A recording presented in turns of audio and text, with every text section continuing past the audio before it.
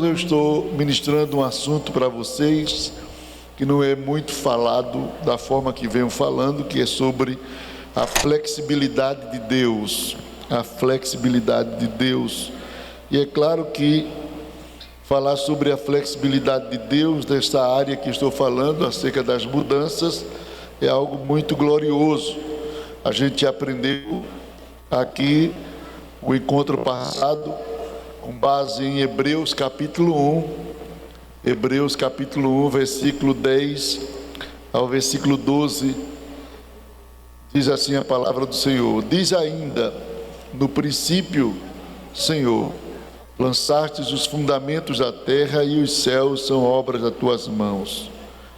Eles perecerão, mas tu permaneces. Todos eles envelhecerão como vestes, como manto tu os enrolarás, como roupas serão igualmente mudados. Tu, porém, és o mesmo, e os teus anos jamais terão fim. Quem diz amém? Então, a doutrina da flexibilidade divina, ela está dentro do contexto de sua imutabilidade, como já informei no primeiro encontro. O verbo mudar traduz-se por transformar, deslocar, alterar, trocar, variar, tornar-se diferente do que era. Então, a doutrina da imutabilidade de Deus, ela é facilmente perceptível nas Escrituras Sagradas, em relação à sua natureza, seu caráter e o tempo de sua existência. A gente sabe que Deus, ele é inflexível, Deus é imutável.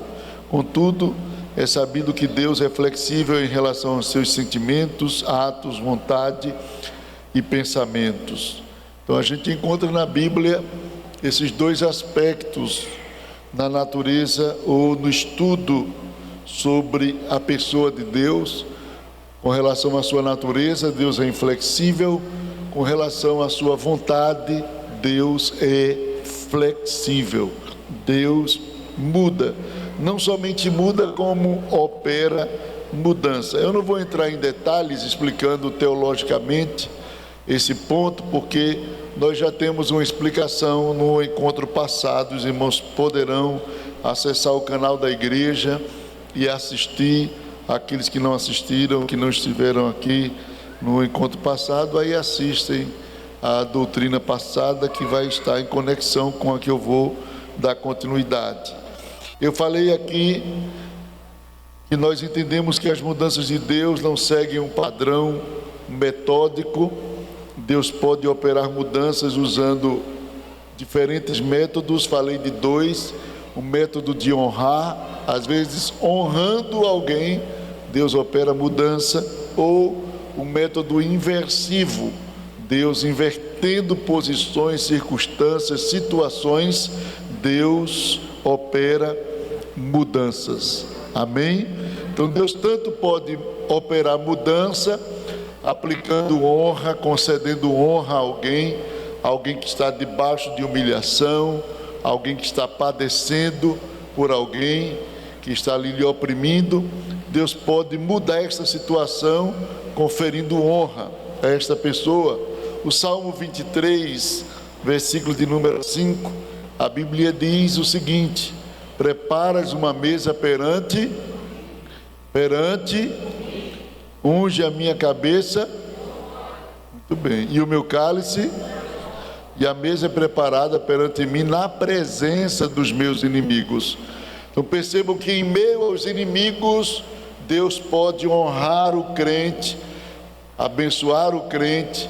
E é interessante que nesse método que Deus usa de honrar o crente, geralmente Deus deixa os inimigos sobreviver para participar e ver a vitória do crente.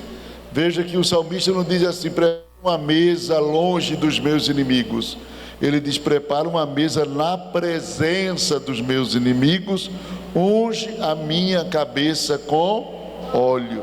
Nem sempre, para Deus te honrar, Ele vai ter que ferir teus inimigos. Às vezes Ele vai deixar vivo, para eles assistirem a aplicação de honra que Deus fará na sua vida. O outro método que Deus usa para operar mudanças na vida do crente, além do método honrativo, ele também usa o método inversivo, fazendo inversão de posições, de lugares. E eu falei sobre esse método aqui e vou continuar falando, mas eu quero dar alguns exemplos de vidas que experimentaram mudanças de Deus. Vamos lá, Jó 42, versículo de número 12. O Deus que é flexível em sua vontade, em suas ações, ele também operou através de sua flexibilidade uma mudança na vida de Jó. Capítulo de número 2, ou 42, versículo 12, eu disse 2, né? É 42 e 12. O Senhor abençoou o último estado de Jó mais do que o primeiro. Ele veio a ter 14.000 ovelhas, 6.000 camelos, 1.000 jumentas de bois, 1.000 juntas de bois, e 1.000 jumentas. Versículo 43, por favor, só para a gente concluir. Também teve outros 7 filhos e 3 filhas. Versículo 3, né? Muito bem. Aqui nós temos o exemplo da vida de Jó, a experiência de Jó, uma experiência também atípica com relação ao que Jó viveu. Nunca mais se contou que outra pessoa teve uma experiência igual, parecida ou semelhante à experiência de Jó. Quando nós abrimos a Bíblia no livro de Jó, primeiro capítulo, diga-se de passagem que este livro, segundo os estudiosos, foi escrito por Moisés. A história de Jó é uma das histórias que está dentro do tempo contemporâneo a Abraão. Jó viveu naquele mesmo período e a história de Jó foi uma história que se destacou durante aquele tempo, e Moisés, alguns dão a autoria desse livro a Moisés. Moisés registrou essa história, e este foi possivelmente o primeiro livro da Bíblia a ser escrito.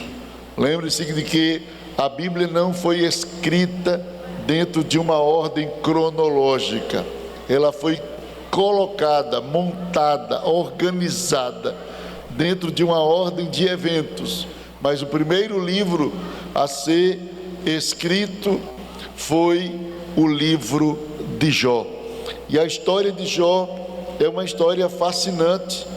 Quem nunca leu a história de Jó, é importante que você observe até que ponto Deus submete a fé de um crente diante dos desafios espirituais.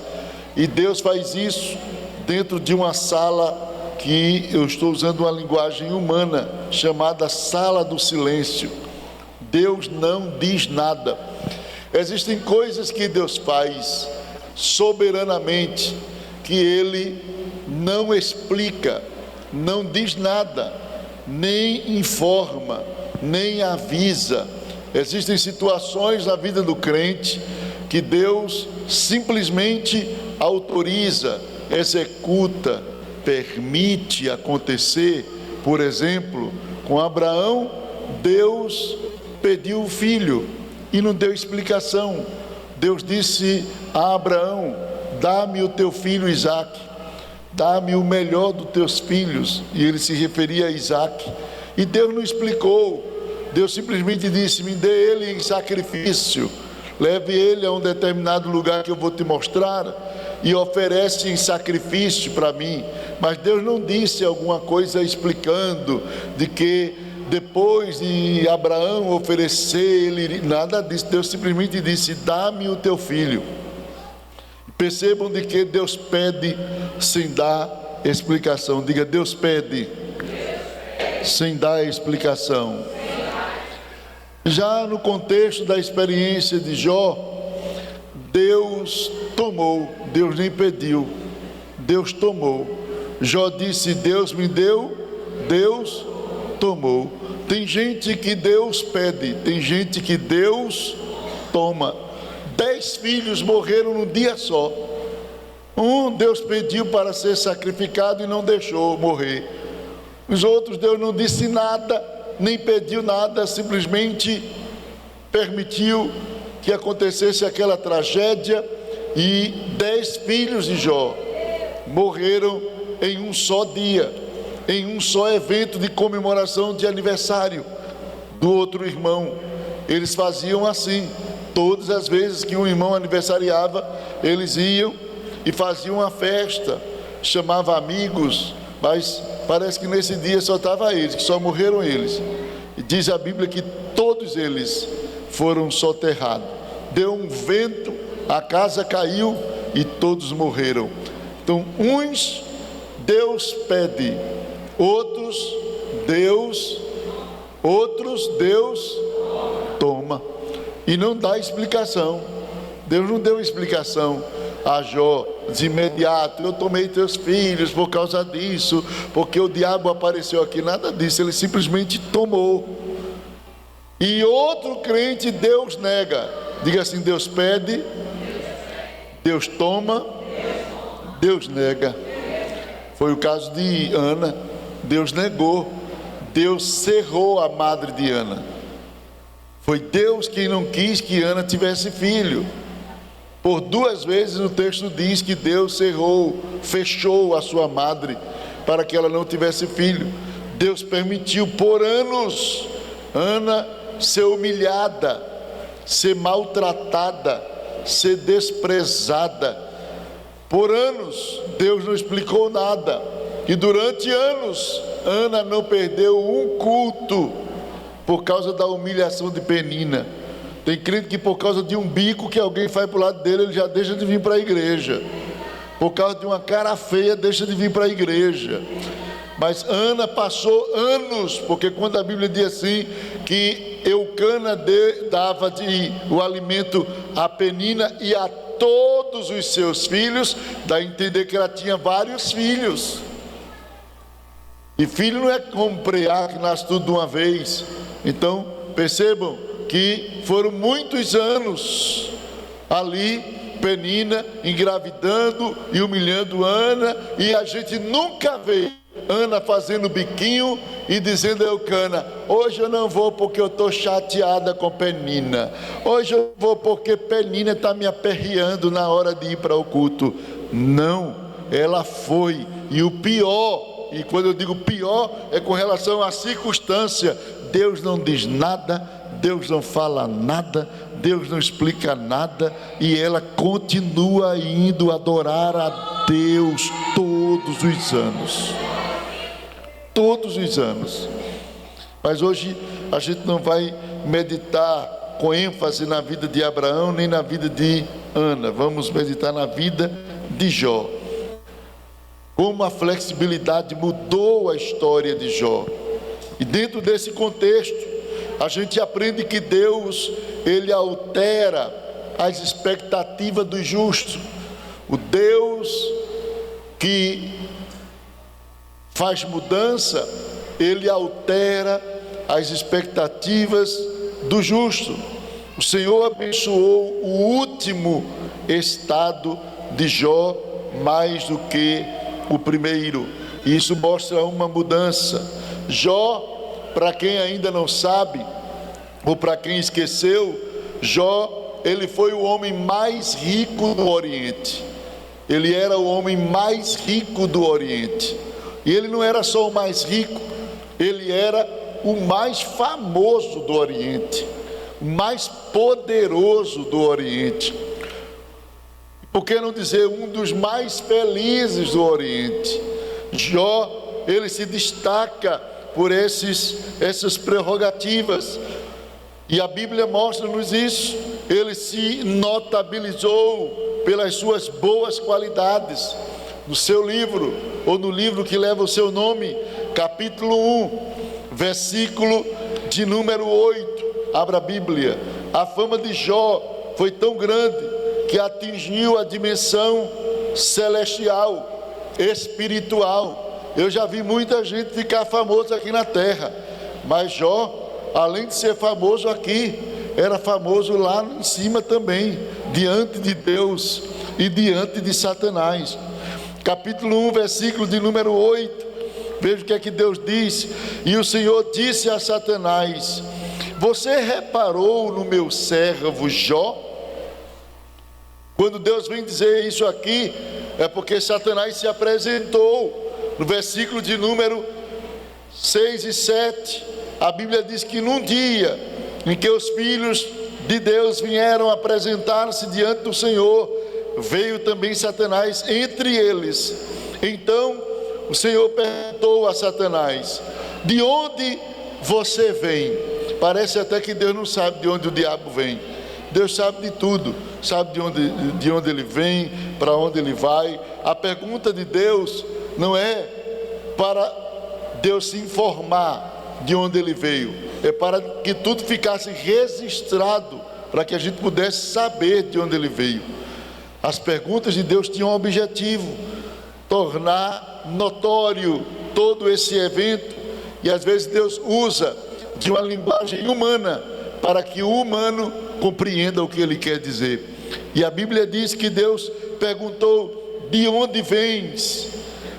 E outro detalhe é que quando o diabo ele chega diante de Deus e Deus pergunta de onde vem, a gente aprende que o diabo, quando chega, Deus já está presente. Ele sempre chega atrasado. Deus já estava no lugar que o diabo ainda estava chegando. Deus sempre anda na frente. É por isso que não é o diabo que diz: de onde vem, Senhor? É o Senhor que diz: de onde tu vem? Porque o atrasado é o diabo. Deus já estava lá. Amém? Então Deus está sempre na frente do inimigo. E Deus pergunta: de onde vens? E ele responde: de Turistá. Eu estava rodeando a terra e passeando por ela. Ele é um turista velho, já faz muito tempo que ele vive nessas viagens dele, nessas andanças, de rodear a terra e passear por ela. As duas vezes que Deus pergunta, ele diz a mesma coisa, que estava rodeando, passeando, porque essa é uma característica dele, é estar observando, procurando. Pedro diz que o diabo, nosso adversário, anda em derredor, bramando como leão, buscando a quem possa tragar. Quem está comigo, diga amém. Amém. Quem está ligado na palavra, diga glória a Jesus. Então a Bíblia diz que o diabo, ele se apresenta e ele diz: eu estava rodeando a terra e passeando por ela. E o Senhor coloca em alto relevo aqui a vida de Jó. O Senhor destaca e diz: e o Senhor disse a Satanás: você reparou no meu servo Jó? Não há ninguém, presta atenção nisso aqui, não há ninguém, não há ninguém. Quem está dizendo aqui não é alguém falando de Jó, não tem ninguém como Jó, é Deus que está dizendo. Quem está dizendo aqui é quem conhece a pessoa por dentro e por fora. E ele diz assim: não há ninguém como ele na terra. Irmãos, que isso aqui é uma honra muito grande. Já pensou Deus dizer: não há ninguém como fulana na terra? Não há ninguém como fulano na terra. É uma honra muito grande a pessoa ser avaliado por Deus nessa condição humana como alguém exclusivo, superior. E ele diz assim: não há ninguém como ele na terra. Ele é um homem íntegro. E Deus está destacando aqui o caráter. A integridade é algo que está ligado ao caráter. E o caráter é aquilo que você é quando ninguém está lhe monitorando. O caráter é aquilo que você é quando ninguém está lhe monitorando, lhe observando. Aquela pessoa é você. Você não é quem aparece diante dos nossos olhos. Não. Você é a pessoa que é quando não tem ninguém lhe vendo, e ali é você. Nas escondidas, nas caladas, nos lugares sós, ali é você. Mas quando ele diz assim, não há ninguém como ele, íntegro, ele está apontando o caráter de Jó. Ele está falando da sua essência, daquilo que somente Deus enxerga. Caráter é a qualidade que somente Deus enxerga nas pessoas.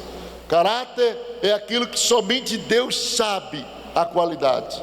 Não adianta você dizer, eu sou um homem bom, eu sou uma pessoa boa. Deus é quem sabe. Deus é quem sabe.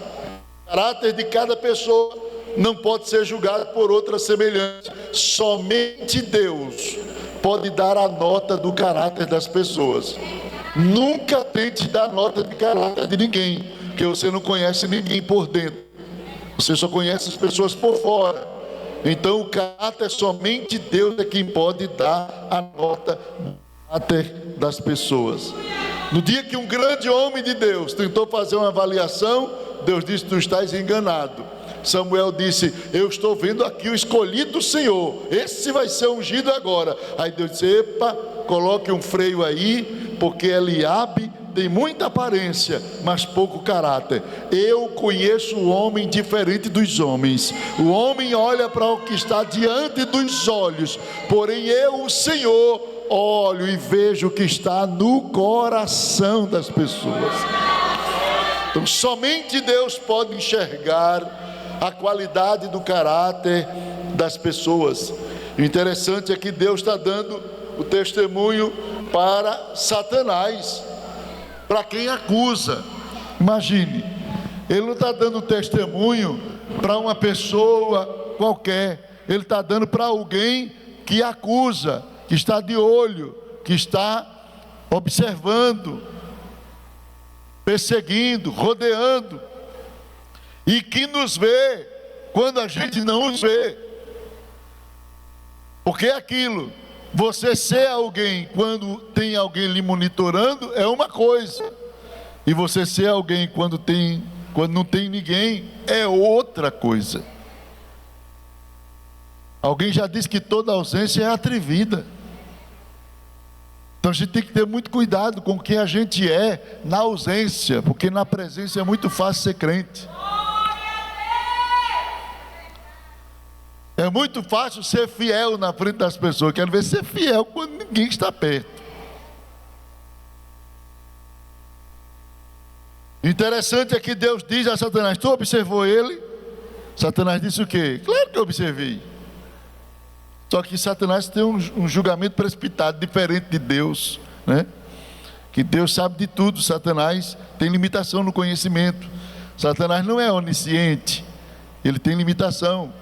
Quando Jesus repreendeu, de certa forma, Pedro, pelaquela fala que por trás o diabo estava tentando, ele disse, para trás de mim, Satanás, que só conhece as coisas dos homens, mas não conhece as coisas de Deus. E diga-se de passagem que ele não sabe tudo dos homens, não. Se ele soubesse tudo, ele saberia que Jó não pecaria diante de toda a opressão que ele causou. Mas ele não sabe tudo, Deus sabe. E Deus diz, ele é um homem íntegro, caráter. Ele é um homem reto, reputação. Porque retidão é diferente de caráter. A retidão a gente vê, é diferente da integridade. Integridade a gente não vê, mas retidão a gente vê. Aqui está o caráter e a reputação colocado em destaque. Reputação é o testemunho conquistado, é o respeito, a admiração. E Deus fala tanto do que Jó é por dentro quanto por fora.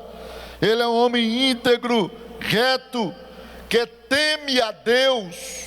E ainda diz, e se desvia do mal. Ele era um homem santo, se desviava do mal. Ele via os perigos espirituais e cortava caminho.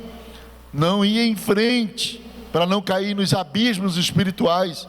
Ele não persistia Diante do mal, ele sabia contornar aquilo que poderia prejudicar a sua fé, prejudicar a sua comunhão espiritual. O crente, ele precisa ter essa habilidade de saber o que deve enfrentar e o que precisa contornar. Temos que ter essa habilidade, esse discernimento espiritual. Nem tudo a gente enfrenta, amém? Tem coisas que a gente contorna, amém? Satanás a gente enfrenta, que a Bíblia diz resistir ao diabo, mas quando a luta ela está associada ao diabo e a seres humanos, você vai ter que saber discernir para aprender a contornar, porque tem pessoas que a gente não enfrenta, a gente corta caminho, porque se for tentar enfrentar, a gente pode até vencer, entre aspas, vai sair com um bocado de marcas e talvez com mais prejuízo. Então tem coisas que a gente tem que contornar, e Deus destaca essa qualidade de Jó, um homem que sabia contornar, se desviar do mal, um crente que sabia se desviar do mal. Então Satanás respondeu ao Senhor: será que é sem motivo que Jó teme a Deus? Veja o atrevimento do diabo, irmãos. Ele diz: será que é sem motivo que Jó teme a Deus? E na sua fala ele faz duas acusações, por incrível que pareça. Ele acusa Deus, ele diz que Deus é o manipulador de adoração. Jó te adora porque tu manipula a adoração dele.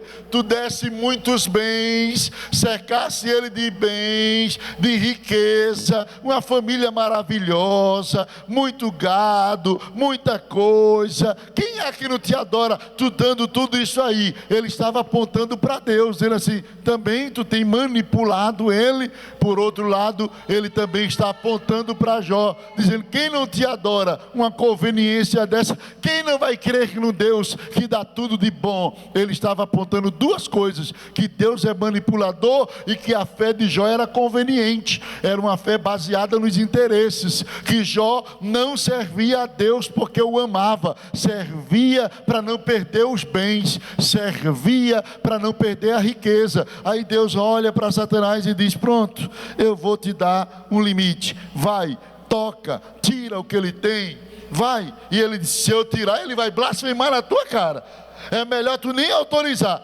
Vá, rapaz, vá, mexa em tudo que ele tem, agora não toque na vida dele. Deus estabeleceu o limite, porque Deus nunca dá legalidade plena ao diabo, ele dá liberdade sob limite, porque Deus tem propósito. Até na ação que ele permite Satanás causar no crente, Deus tem propósito que vai frustrar Satanás.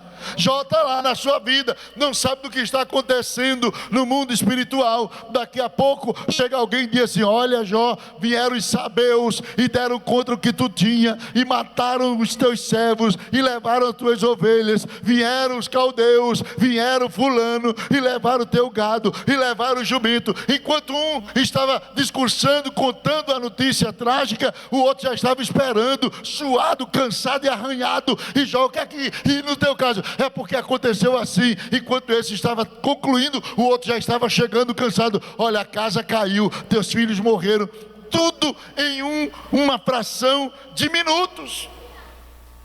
Imagine você receber uma notícia em fração de minutos, que tudo que você tinha, todas as suas economias, a sua família, tudo foi destruído de imediato. Só notícia ruim.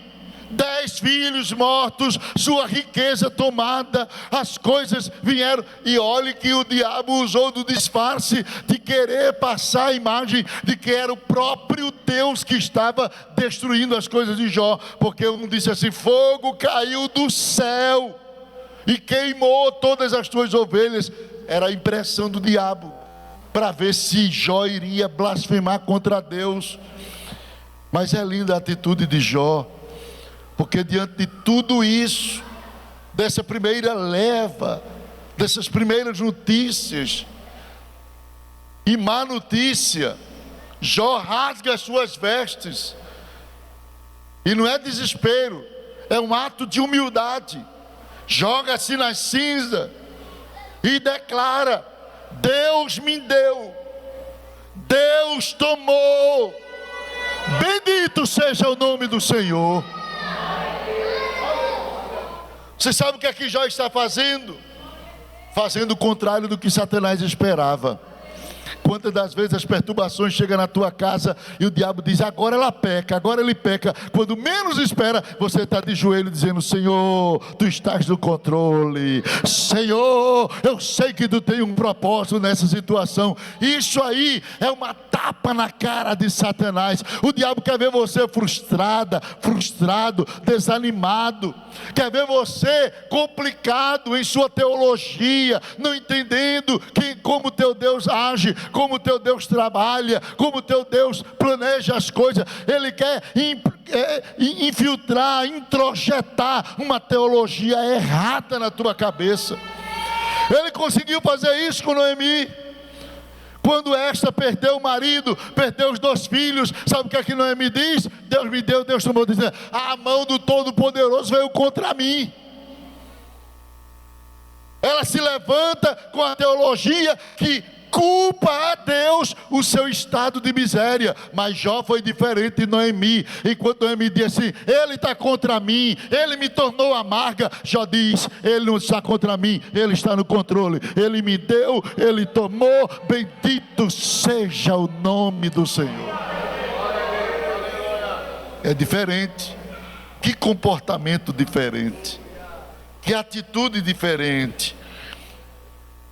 Jó foi o homem mais rico, o homem mais próspero, mais famoso. E a história de Jó é uma prova de que Deus não é um manipulador de adoração, e que a fé de Jó não é uma fé conveniente pela riqueza, pela família e pela saúde. Jó perdeu aquilo que a gente considera de maior valor: a família, a saúde e a riqueza. Foi fichinha perder a riqueza, mas perder os filhos, perder a sanidade da mulher por um tempo, perder o lar. Camarada que numa noite dormiu, e eu estou contextualizando, num quarto climatizado, na outra estava no meio do lixo, no meio do leprosário, no meio de leprosos, do dia para a noite. Irmãos, tem hora que eu fico pensando: Jesus, eu sou crente mesmo. Quando eu leio uma história dessa, eu fico me questionando: eu sou crente mesmo?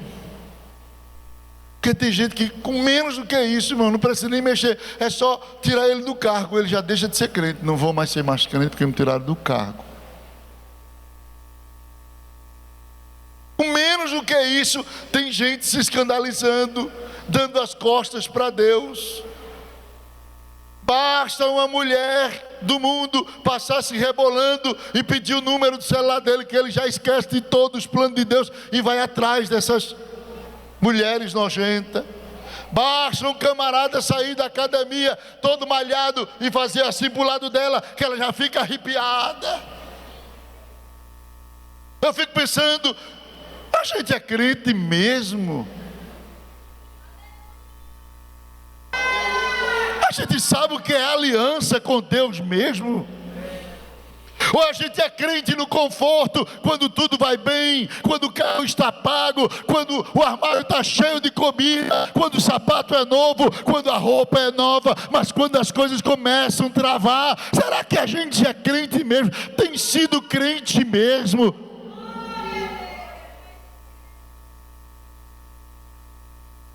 E talvez você não saiba e nem perceba como Jó. Mas quem sabe a razão dessa luta não está lá em cima.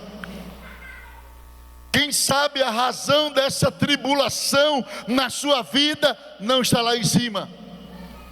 Não é Deus dizendo: eu aposto nele, eu aposto nela. pode tocar Satanás, pode ferir, pode tirar, pode matar, pode causar, pode oprimir. Eu aposto nela. Eu sei, ela vai me honrar na dor, ele vai me honrar na dor. Pode, Satanás, pode colocar mulher no caminho dele, pode colocar homens no caminho dela. Eu sei que ela não vai abrir mão da fidelidade do seu lar, do seu marido, da sua mulher. Eu aposto nela. Pode, e Deus permite mesmo, irmão. Deus deixa mesmo, para ver se a gente é ou se não é. E não é para ele ver, é para alguém ver que Deus está na nossa vida. Porque Ele, Deus, já sabe de tudo. E Deus faz isso. Jó, quando provado, não deu ao diabo o controle de sua vida. Primeira coisa que a gente precisa tentar. Cuidado para quando as coisas não der errado, não diga assim: Satanás já está aqui nessa casa. Não. Cuidado para quando as coisas travar no seu caminho, você não dá autoria ao diabo. Como disse Martinho Lutero, o diabo é um cachorro que está preso na coleira de Deus. Martinho Lutero disse: se ele vai, só vai porque Deus deu corda. Porque na hora que Deus quiser puxar, puxa ele com o pescoço e tudo. Deus está no controle até do diabo, rapaz. Você pensa que o diabo pode fazer o que quer? Deus está no controle até do diabo. O diabo não pode fazer o que quer, porque se ele pudesse, ele já tinha te destruído. Sabe por que ele não te destruiu? Porque Deus só vai até aí, só vai até aí. E daí você não passa. Glória a Deus. Ele vem, te oprime, te perturba, te angustia. É tanta coisa. Ele fica te provocando para ver se você enlouquece, para ver se você não dorme. E ele, agora eu mato, mas só vai até aí, só vai até aí. Deus ainda está no controle de todas as coisas, está no comando de todas as coisas.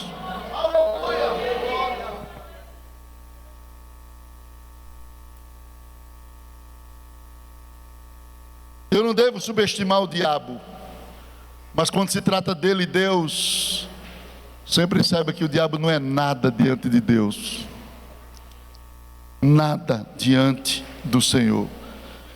Primeira atitude de Jó: não deu autoria do seu sofrimento ao diabo. O diabo estava provocando tudo aquilo ali, mas Jó entendeu: só está porque Deus deixou. Então Deus me deu, Deus tomou. Só fez isso porque Deus liberou. Ou então quem está no controle é Deus. Deus não pode ser diretamente o causador, mas Ele liberou. Os propósitos eu não alcanço, mas Ele está no controle. É isso que Jó está dizendo. Jó, quando desprezado, pois quando seus amigos chegaram para lhe oferecer conforto, o diabo muda as finalidades das visitas dos amigos de Jó. E eles passam 7 dias em silêncio, se lamentando pelo aquele quadro. E quando resolve falar, vem cada um deles com a teologia troncha, com a visão errada acerca de Deus, dos planos de Deus e da vontade de Deus. E Jó, mesmo na dor, se torna um apologista. Ele começa a fazer defesa à sua teologia, defender a sua visão teológica. Alguns dias tu estás sofrendo porque está em pecado. Não, tu estás sofrendo porque tu oprimiu o pobre. Ninguém viu, mas Deus viu e agora está te cobrando. E eram as teologias, irmãos, só para colocar Jó para baixo. Com exceção de um, Eliú, que a gente não encontra na Bíblia nenhuma repreensão de Deus ao jovem que falou por último. Mas os demais amigos de Jó, só ofensa, só agulha, só espinho na alma, acrescentando a angústia de Jó. E Jó suportou ali durante aqueles dias, durante alguns meses, Jó só sofrendo. O sofrimento de Jó foi muito grande. Foi um sofrimento atípico, com exceção do sofrimento de Cristo. Sofrimento diferente e diferenciado. Jó chegou a dirigir a Deus 16 perguntas. Por que, Deus? Por quê? Por quê? Por quê? 16 porquês. 34 palavras de desespero de Jó, de inquirição. Jó pergunta e Deus, silêncio. Jó levanta 34 queixas e Deus, silêncio. E eu vou dizer, na hora da dor, na hora da angústia, nada é mais pior do que o silêncio de Deus. Quem nunca passou por essa prova, ore para nunca passar. Porque eu já passei por prova do silêncio de Deus. A gente fica sentindo-se desviado, não sabe onde pecou para estar sofrendo com o que sofreu, não sabe o que aconteceu, o que fez, porque Deus está deixando assim. Igual a Jó, nessa angústia a gente fica no mesmo desespero, levantando algumas queixas, alguns porquês, e Deus não diz nada. Deus não diz nada. Considerando que Deus tem métodos que Ele repete, e lá na frente Deus iria usar um método de comunicação, que se chama redemoinho. No redemoinho, Deus veio para levar Elias, mas no redemoinho, Deus veio para falar com Jó. Interessante que as coisas na mão de Deus funcionam para o que Ele quer. Quando Ele quer, o redemoinho Ele usa como meio de traslado, mas quando Ele quer, Ele usa o redemoinho como meio de comunicação. Deus desce no redemoinho e faz mais ou menos 70 perguntas para Jó. Ó Jó, tu já falou demais, agora eu vou falar e tu me responde. Onde estava tu, Jó, quando eu estava colocando os fundamentos da terra? Me diz aí. Onde estava tu quando eu estava dividindo o oceano e peguei todos eles e coloquei na palma das minhas mãos? Tu sabe onde é que eu escondo o vento e de onde o vento sai, para onde ele vai, Jó? E Jó não sabia de nada. Todas as perguntas que Deus fez, Jó não tinha uma resposta. E Deus ainda fica insultando, dizendo, embora tu vai falar não? Ele disse, uma vez falei e já me calei, 2 vezes para dizer a verdade, mas já estou calado. E ele põe a mão na boca e fica calado, porque quando Deus começa a falar, o homem vai só diminuindo, só descendo, só se acabando na presença de Deus. E sabe o que é que eu acho lindo?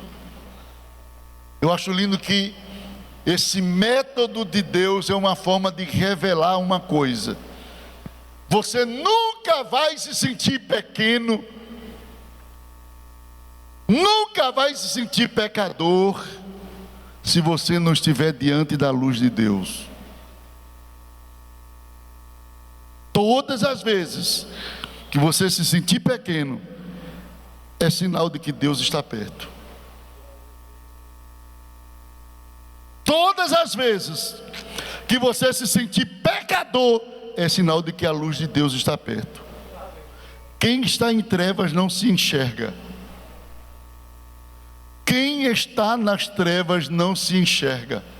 Porque é que o homem lá fora adultera, se prostitui e não está nem aí, porque ele está nas trevas. Quando o homem chega perto de Deus, ele muda. Lembra de Isaías?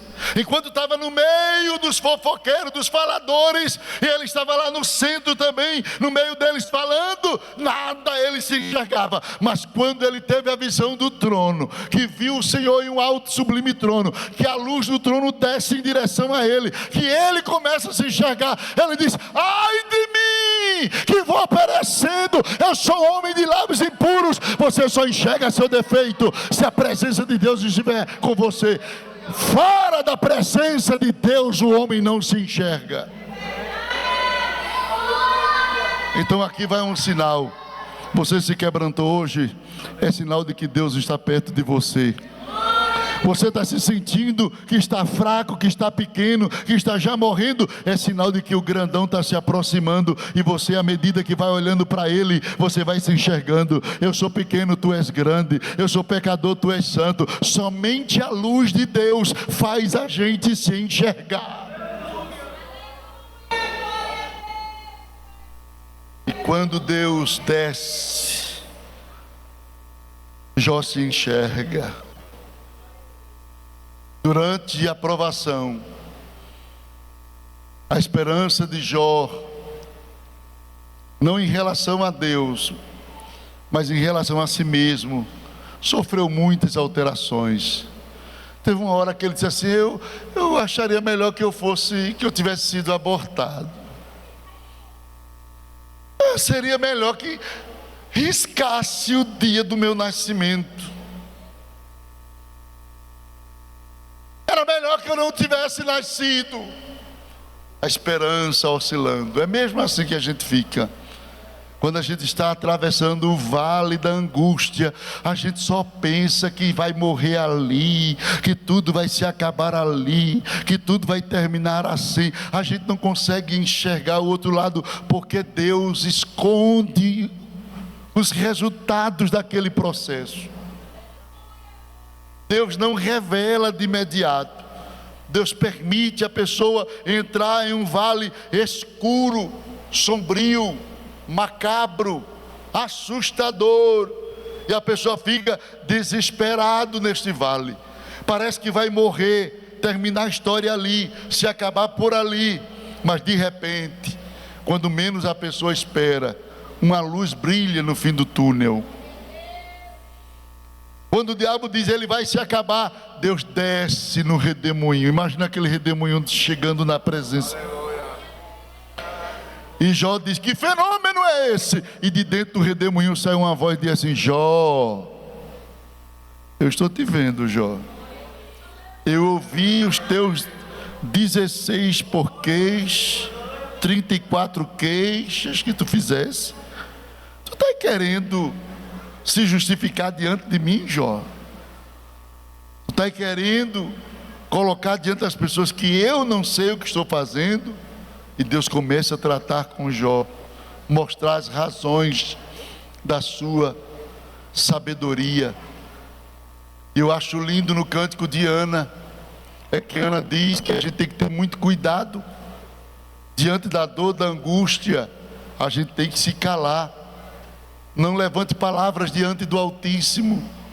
No cântico dela, ela diz isso no capítulo 2, 1 Samuel. Não ouses falar.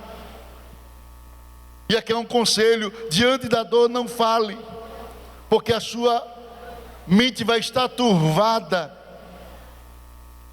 embriagada pela dor, pela angústia. Se você falar na hora da dor, você vai falar muita besteira, que nem percebe. Eu já vi pessoas na hora da dor dizer assim: eu prefiro que Deus me prepare e me guarde. Sabe o que é isso? Eutanásia gospel. Eu prefiro morrer do que sofrer mais aqui. Altera esse processo e me mata. Elias também fez essa oração de eutanásia gospel. Eu quero uma eutanásia. Eu quero acelerar o processo da morte, porque eu já escapo dessa dor.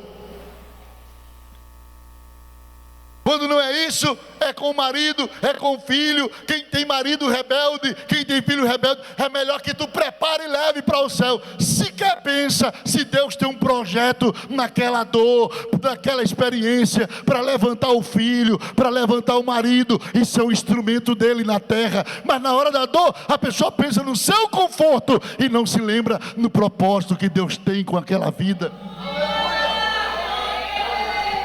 Sabe o que é que Deus está dizendo a alguém aqui? Não fale quando estiver na dor. Fica calada, fica calado. Eu sei o que eu estou fazendo. Alguém perguntou a um certo sábio e disse assim: se você fosse Deus e Ele te desse a onipotência, o que você faria com o poder de Deus diante da economia mundial? Ele disse: se eu fosse Deus, Ele me desse onipotência, eu ia pegar toda a riqueza do mundo, iria fazer, fracionar, dividir, e a gente não ia ter pobre não, porque todo mundo ia ter um carro, uma casa, um bom salário.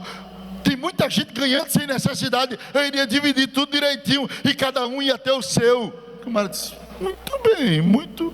Mas se você, sendo Deus, e Ele te desse a sabedoria dele, o que você faria com a economia do mundo? Ele disse: eu deixaria tudo do jeito que está. Porque uma coisa é ter o poder, outra coisa é ter sabedoria. Ele estava dizendo: Deus sabe porque as coisas são do jeito que são. Deus sabe porque as coisas estão do jeito que estão. Deus sabe por causa a razão desse processo. Deus sabe porque tu tem esse marido. Deus sabe porque tu tem essa filha. Deus sabe porque tu tem esse filho. Não era para eu ter um filho desse, não era para eu ter uma filha dessa, não era para eu ter um marido desse. Deus sabe, na sabedoria dele, ele sabe porque cada coisa está do jeito que está, dentro da sabedoria de Deus. Pare de procurar culpado, pare de se lastimar, pare de jogar maldição, apenas confia na sabedoria e na onipotência do teu Deus, porque na hora certa o redemoinho vai chegar, o reboliço vai acontecer, o vento vai soprar diferente. Satanás pensa que o vento só sopra para derrubar a casa, o vento vai soprar para construir, o vento vai soprar para restituir, o vento vai soprar diferente. Está ouvindo o que Deus está te dizendo nesta noite? O vento de Deus vai soprar.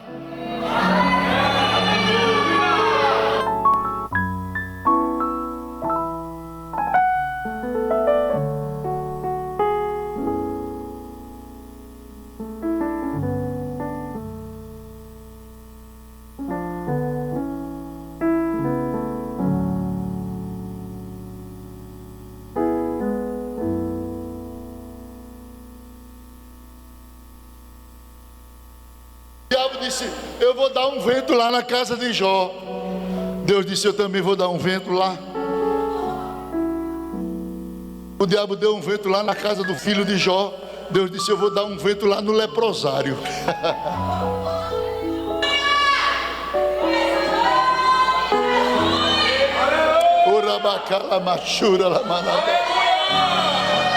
Deus ainda tem vento de mudanças. Deus ainda tem vento que opera mudança. Deus não vai deixar a tua história terminar assim, humilhado, humilhada, no meio do lixo, e alguém dizendo: olha aí, e não era fiel, e não cantava, e não orava. Nem te preocupa, o vento vai soprar. Deus está dizendo a alguém nesta noite: o meu vento vai soprar, essa humilhação vai se acabar, e você vai ver que eu sou Deus, que estou no controle da tua história, da tua casa, da tua família, dos teus negócios. Deus está dizendo: eu vou enviar um vento diferente.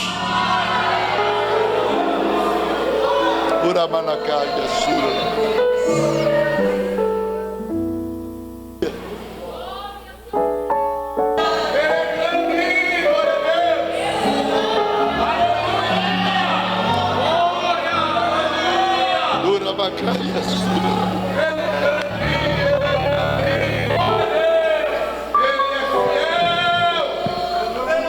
Quando o vento soprou,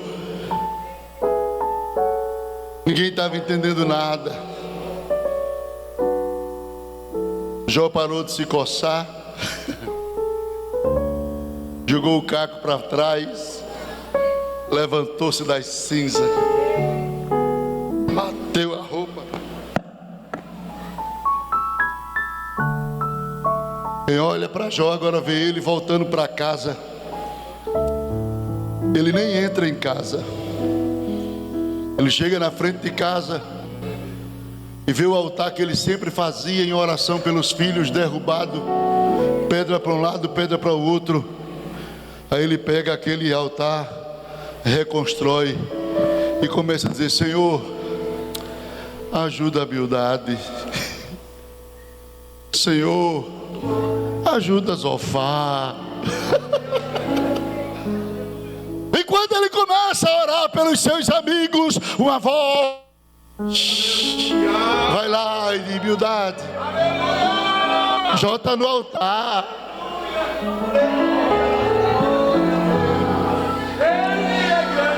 Ele está orando por ti.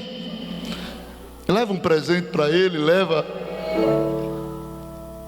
De repente, os meus amigos, que no meio do vale não compreendia nada, agora vem de ora por mim, ora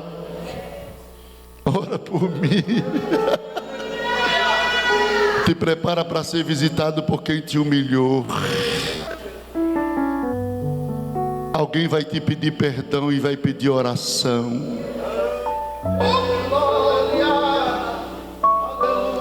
Jesus está aqui, irmão. Jesus está dizendo a alguém aqui, alguém que te humilhou ainda vai te pedir oração. E o recado é: ora, ora, porque enquanto você orar, o movimento vai acontecer na tua história. Enquanto você orar por quem te humilhou, por quem te pisou, por quem te discriminou, por quem te acusou, Deus está dizendo: ora, ora por ele, ora por ela, porque enquanto tu orar, eu vou mudar o teu cativeiro, eu vou mudar o resultado.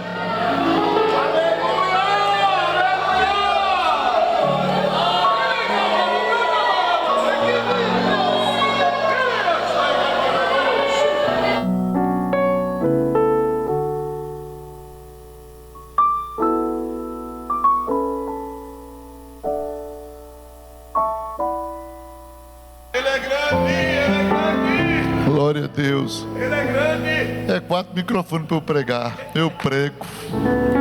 Não é o diabo no microfone, não. É Deus que está no controle até do microfone aqui. Fique em pé. Cadê a equipe de louvor? Vem para cá. Glória a Deus. Creia. O Deus que é flexível é o Deus que vai fazer mudança nessa situação. Ele vai alterar tuas expectativas. Tu não vai morrer na humilhação, no piso da miséria, no esquecimento, no abandono. Deus está dizendo a alguém nesta noite: eu te tirarei deste piso e te colocarei no meio de príncipes e honrarei o meu nome na tua vida e na tua história.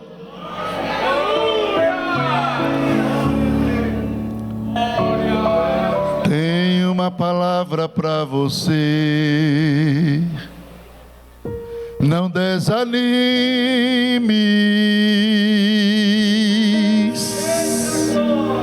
Tudo que você pediu a Deus já está vindo.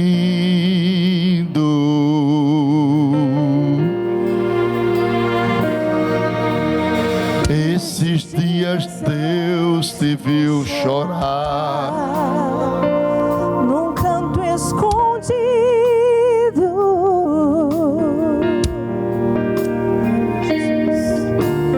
Você mal consegue falar. Deus só ouviu o teu gemido.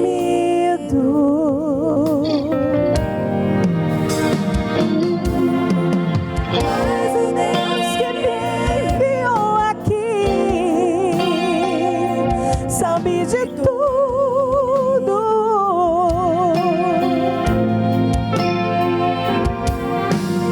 Ele me mandou falar que vai mudar seu mundo.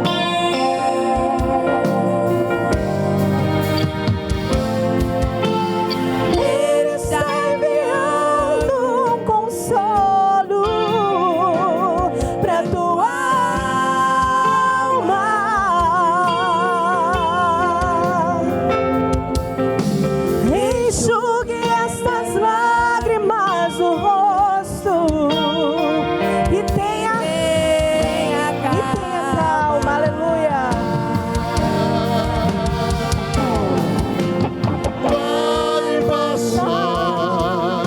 Eu sei que essa luta logo